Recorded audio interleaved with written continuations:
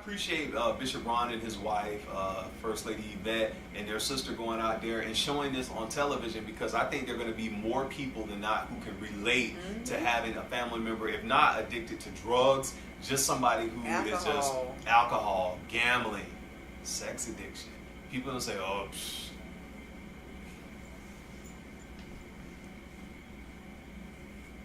Y'all pray for us. Break every chain. Yes. What's up, y'all, and welcome to the Dawson and Denise, I'm not going to say blog talk radio show. Welcome to YouTube channel Dawson and Denise. I'm your boy Dawson. And I'm Denise. And we're here for a quick review on episode 4 of Preachers of LA. We'll try to make it quick. We've always made just long reviews because we be so engulfed in this show. Y'all know this is one of my favorite shows, so I'm just going to do my main points on this. And shout out to all the other people who are doing reviews, especially to one YouTuber. Her name is Squeaky Jones. I live for her reviews on this show. Oh, really? Go Squeaky. Yeah, so if y'all see her, she has a big afro. Check out her reviews and some of the other reviews on YouTube. You know, this is one of my favorite shows. I think we're pumping it more than anybody. You're going to be sad when it's over? I ain't going to be sad. I'll just get it on DVD or whatever. I'm sure they're going to have it. But you coming back for another season? Or have we had enough? I don't know. Because this is what, episode 4? You know, this is episode 4, and you know, so when it first... yeah. It's been a whole month right now. Well, I mean, we did it before anyone even knew about it, but yeah, and actually when they actually premiered, it was like 1.2 million viewers, and it actually was like second highest in like reality TV views or something like that in its premiere, so that's a good thing. So it may come back. But definitely, let's just jump into episode 4. Thank you everybody who's rated, comment, subscribing, all that good stuff. Let's get into it. 2 people I'm really getting tired of on this show. Just go ahead and get married and just leave us alone. That's just my baby daddy. That's just my baby daddy. That's just my baby Oh my gosh. I am so sick of Dietrich and Dominique. Why? Well, not Dominique. Dominique is pretty. I like her. Her heart seems to be in the right place. She wants to do this thing right. She wants to get married. But Dietrich is just like a 16-year-old kid in a grown man's body. So that goes back to my thing I said last week. Dietrich is the kind you either like or dislike. Yeah, you did say that. And I don't want to judge him, but it's just like, it's just redundant with their whole thing. She wants to get married. He wants to get married. They have issues with the whole shacking up and things. And I think they just want to go ahead and elope, you know, just so they can have sex. Exactly, to keep doing what they probably was doing. But until then, that's just my baby daddy. That's just the baby daddy. And I'm glad they're showing their scenes a lot throughout this show, so I am going to give them credit on that, because there are so many people who are not only in the church, but throughout the United States, throughout the world, who have this issue. People who are... But should we get married just so we can have sex in the church eyes? But I mean, like I said when we talked last time about Bishop Noel Jones, there are certain standards that people think that you have in, you know, even just, you know, general people, moral standards that people think if you have kids, you should be married. Whether you go by those standards or not, that's completely on you, but I'm just sick of the redundance of this throughout the show. I prefer for him to just stay my baby daddy. Just stay the baby daddy. Okay, so Dietrich and Dominique, God bless y'all, you know. God bless y'all. But the one thing I can say, Dietrich is smart, because a lot of people are jumping on reality TV. Because reality TV, and I was gonna say that reality TV has done a lot of things for people. And one person, you know, who I love, the Braxtons. People know me. Toni Braxton is one of my favorite artists. What the Braxtons did for Tamar is just completely remarkable for her career. It has advanced her into the public eye. And with music she already could sing, that was a way for her to promote her talent and get out there. And I think that's what's going to come of this, this wedding thing. I think it's going to be a whole nother show. Exactly. Because if you look at it, Dietrich did have the #1 gospel album. He probably still does when the show premiered. And, you know, I think people are using that as a platform to get themselves out there to do what they want to do. And, hey, if that's what you're doing, Dietrich, it's working for you, man. You done release some selfies and all that stuff, and the women are going crazy over you. So if that's what you want to do it. You're doing it. And so let's get into this. Bishop Clarence McClendon. Now, he got a lot of criticism when the show first premiered. In this episode, we see him having issues with people who had put out death threats with him, issue that happened in the church that really kind of escalated. Yeah, when that person got past security. And he had a meeting with his security guards and say, yo, how did this person get past security? That's what I'm hiring you guys for. Not only has he have to deal with stalking, somebody being a stalker, a crazed woman, but also with people, giving death threats and then trying to take his life. But God, go ahead, girl. What I'm gonna say too, if it gets to the point where my worship is being interrupted because of all of this that is going on, I would just have to change churches. I don't want to be there. You can't even praise. Now you got to have a meeting with your security guards. And I understand what you said, because some people are off the rockers and some people again are just scorned. But that's affecting my worship. I don't want to deal with all of that when I'm coming here on Sunday to get my praise on. But I mean, like when he was talking to Farnsworth Bentley, who and then that's another story. Now that's your bestie. No, that goes way back before the Preachers of LA. They've been friends. Right, so, that's your bestie, but it explains, like I said, you said he's not the Devo, but yes, he is. If Farnsworth is your bestie, you're a Devo. Bishop McClendon, I've known his ministry before Preachers of LA, so everything people are saying about him, I take that in stride. To me, he's a good man. He's not stuck up. He's not a diva. I don't know him personally, but from what I've seen for his ministry, I don't get that. But, everybody has a right to their opinion. So when he was talking with him, he was telling him about the stalker issue and all this kind of stuff. Denise is so mean, man. And so my thing, like you were saying, is that, what we were talking about, should churches have security? In instance like this, when you have somebody putting out a death threat, somebody stalking you, but why they mad? It doesn't matter. Some people are mentally ill. Some people get jealous. Some people just want to be infamous. It's just some people just want to make their marker. You never know why some people are sociopaths, man. You never know. Yeah, you used to swallow this. But come on, Preachers of LA. It don't matter, just don't bite it. Oh my God, Preachers of LA.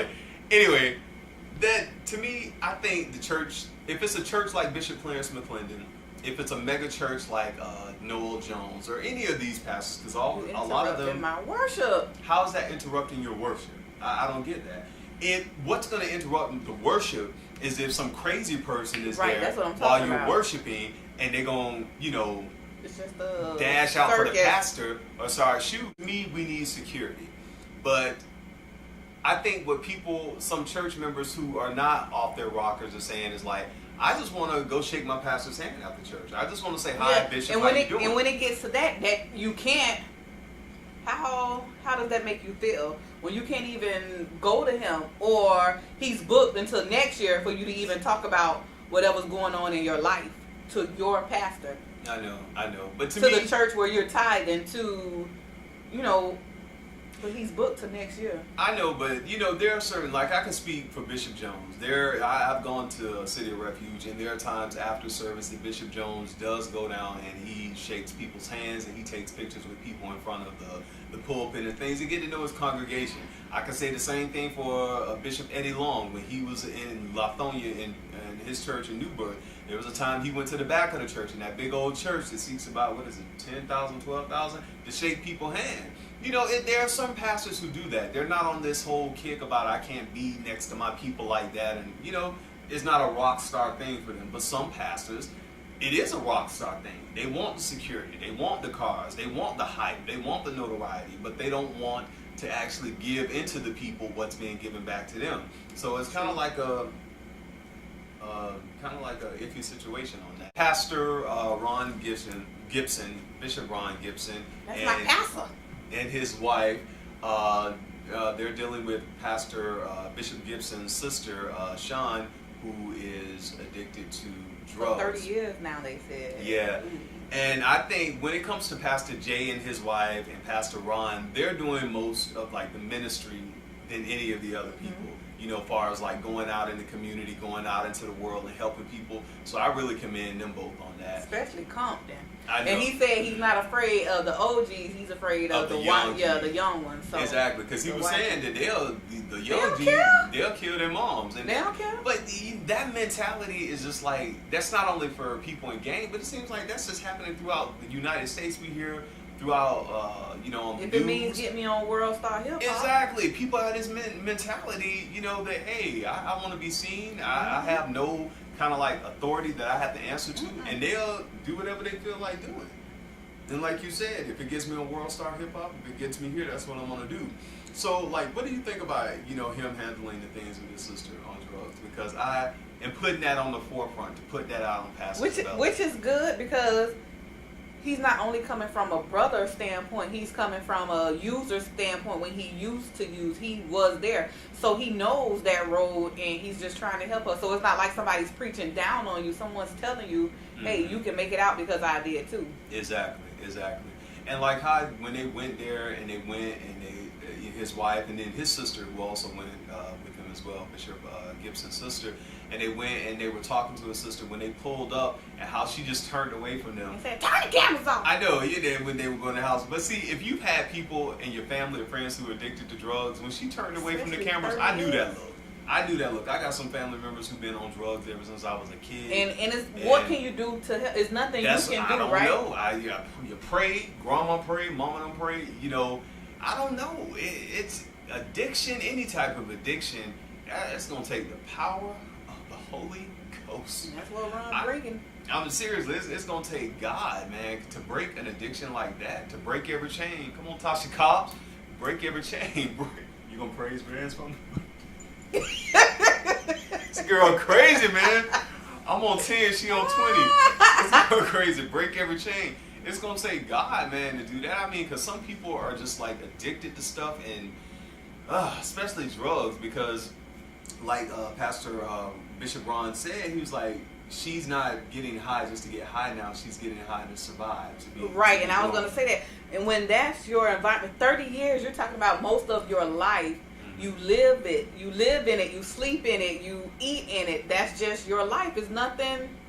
Oh, yeah. So I appreciate Bishop Ron and his wife, First Lady Yvette, and their sister going out there and showing this on television, because I think there are going to be more people than not who can relate to having a family member, if not addicted to drugs, just somebody who is just alcohol, gambling, sex addiction.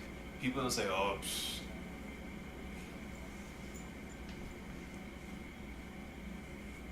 Y'all pray for us. Break every chain.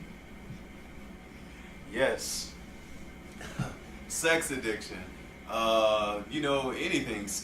It's addictions are a hard thing to kick. And like I said, I think it takes God, and then on your part, it takes willpower to want to stay away, because you got to want to do something too. Yeah, you can't go back to that. You can't go back. Environment. You can't go back to that environment. So yeah, that was all it takes. Like we said, we're trying to slim down these things because we're talking too much.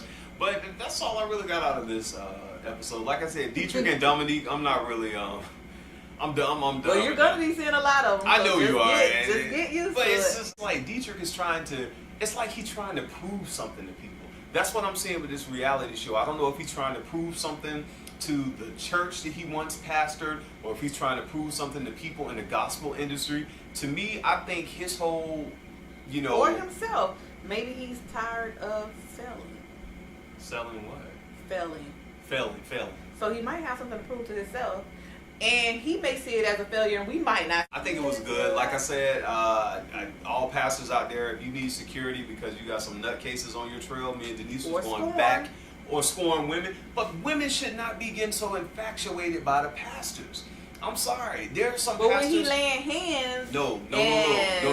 telling these women all of these things. No, there are some women who are just desperate. Like on the last episode when Pastor Jay's wife was saying, some women are drawn to power. There are some women, it doesn't matter. They see a man up there. This man probably... We know that part, but when it goes deeper... Deeper to... When it goes deeper, let's just get off the whole somebody standing up to shoot. I'm just saying it goes deeper. You have some men that will take it there with a woman. Okay, yeah, we know we have the ones that like power, but you also have some men that will take it there to a woman and promise them everything under the sun. Exactly. They do. People have other issues that's why we all got to be prayed up. We got to be prayed up. Until next time, I'm your guy Dawson. Break every chain. Break every chain. Yeah. You like that song? Yes. Everybody loves that song. Yeah, it is. It's a nice song. Yeah, y'all peep that Tasha Cobbs. It's an oldie but a goodie. Till next time, I'm your guy Dawson. And I'm Denise. Peace. Break everything.